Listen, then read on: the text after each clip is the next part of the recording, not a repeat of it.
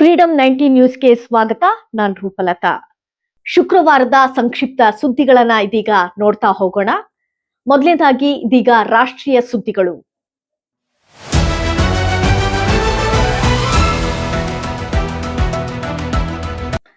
ದೇಶದಾದ್ಯಂತ ಭದ್ರತೆ ಬಿಗಿ, ಉಗ್ರ ಚಟುವಟಿಕೆಗಳ ಬಗ್ಗೆ ಗುಪ್ತಚರ ಇಲಾಖೆ ಎಚ್ಚರಿಕೆ.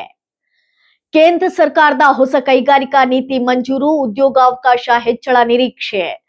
ಭಾರತೀಯ ಸೋಲಾರ್ ರಫ್ತು ಮೇಲೆ 126% ಅಮೆರಿಕ ತೆರಿಗೆ ವಿಚಾರದಲ್ಲಿ ವ್ಯಾಪಾರ ಚರ್ಚೆ ತೀವ್ರ. ಸಂಸತ್ತಿನಲ್ಲಿ ಬೆಲೆ ಏರಿಕೆ ವಿಚಾರವಾಗಿ ಗದ್ದಲ, ವಿಪಕ್ಷದ ತೀವ್ರ ಆಕ್ರೋಶ.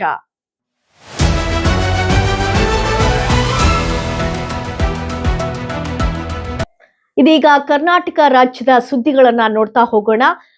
ರಾಜ್ಯದಲ್ಲಿ ಸರ್ಕಾರಿ ನೇಮಕಾತಿ ಪ್ರಕ್ರಿಯೆಗೆ ಅಂತಿಮ ಸಿದ್ಧತೆ, ಸಿಎಂ ಸಿದ್ದರಾಮಯ್ಯ.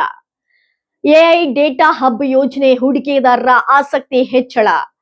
ಕಬ್ಬು ಬೆಳೆಗಾರರಿಗೆ ಬಿಡುಗಡೆ ಮಾಡಿದಂತ 3,000 ಕೋಟಿ ರೂಪಾಯಿ ನೆರವು ವಿತರಣೆ ಆರಂಭ.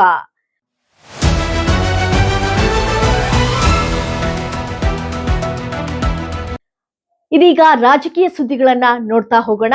ಸಿಎಂ ಬದಲಾವಣೆ ಕುರಿತು ಹೈಕಮಾಂಡ್ ಸಭೆ ಸಾಧ್ಯತೆ, ರಾಜಕೀಯ ಚಟುವಟಿಕೆ ಗರಿಗೆದರಿಕೆ.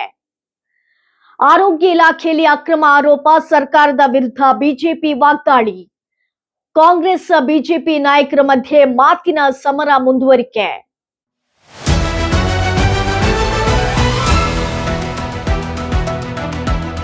ಇದೀಗ ಅಪರಾಧ ಹಾಗೂ ತನಿಖೆಗೆ ಸಂಬಂಧಪಟ್ಟ ಸುದ್ದಿಗಳನ್ನ ನೋಡ್ತಾ ಹೋಗೋಣ.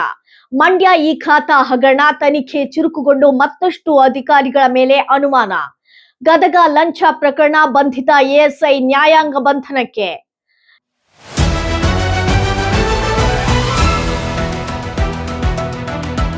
ಇದೀಗ ಅಂತಾರಾಷ್ಟ್ರೀಯ ಸುದ್ದಿಗಳನ್ನ ನೋಡೋಣ. ರಷ್ಯಾ ಉಕ್ರೇನ್ ಯುದ್ಧದ ಹಿನ್ನೆಲೆ ಯುರೋಪಿನಲ್ಲಿ ಭದ್ರತೆ ಹೆಚ್ಚಳ.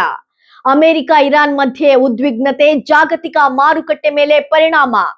ಜಾಗತಿಕ ಆರ್ಥಿಕ ಕುಸಿತ, ಆತಂಕ, ತೈಲ ಬೆಲೆ ಏರಿಕೆ. ಇವಿಷ್ಟು ಈವರೆಗಿನ ಸುದ್ದಿ. ನೋಡ್ತಾ ಇರಿ ಫ್ರೀಡಂ 19 ನ್ಯೂಸ್ ಚಾನೆಲ್.